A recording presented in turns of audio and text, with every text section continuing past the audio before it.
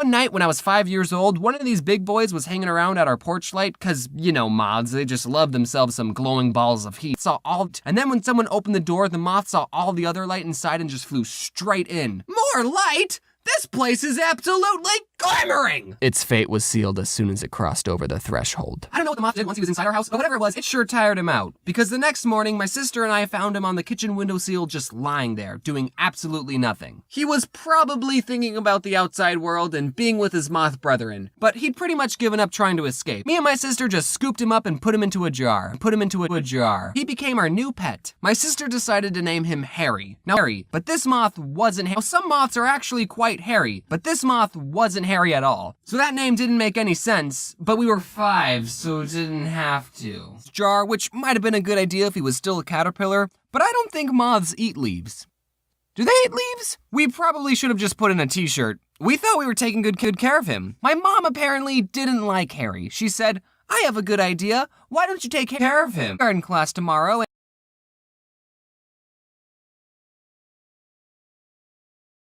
And I don't know, maybe he can be the class pet there. This is back when I thought my mom had good ideas, so we decided to take Harry to school, because think of how cool you would be as a 5-year-old showing all your classmates the giant moth you captured. Looking back at the situation, having a class pet whose lifespan that won't make it to the end of the school year isn't a smart idea. The teacher probably didn't want to have to come to school one day and explain to a room full of 5-year-olds why the class pet was lying on its back and not moving. Movies that have animals in them, so the teacher suggested, what if we release Harry at recess? Now, a lot of kids' movies that have animals in them, the animals usually don't like being captured. The animals want to be free and live out in the wild. Think Finding Nemo, Spirit, Happy Feet, Free Willy. It was common knowledge to every 5-year-old that all the creatures walking on this green earth wanted to live in the wild. So we were more than happy to put Harry back in his home. Those people who put beached whales back in the ocean. More than happy to put Harry back in his home. When it came time for recess, we all walked outside and were excited to be part of the newly instituted catch and release home. We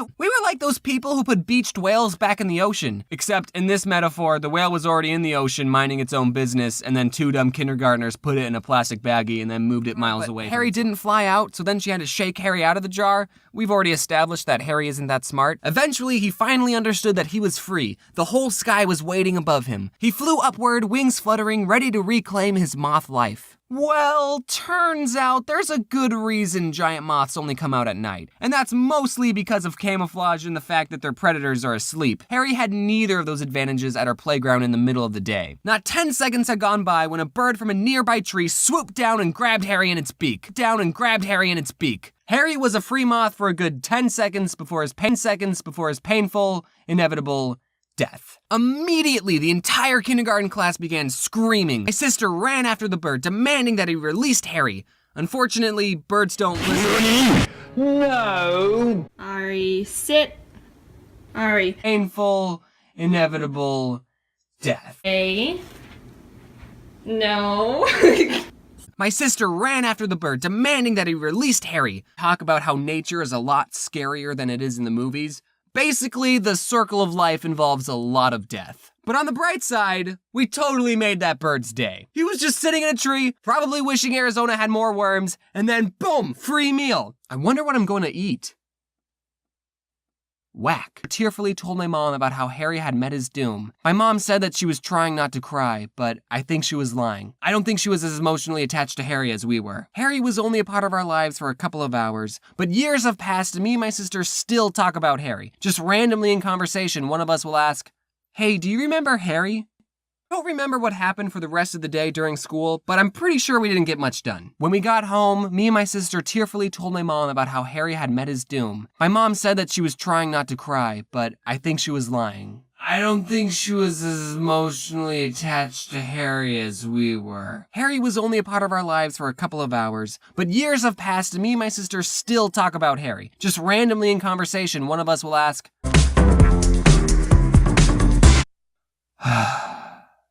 yeah.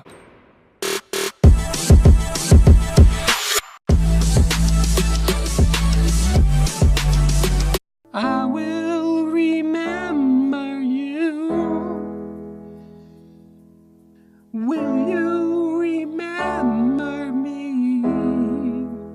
Do do do do. I don't know the rest. rest of this song, so I'm just gonna stop right now.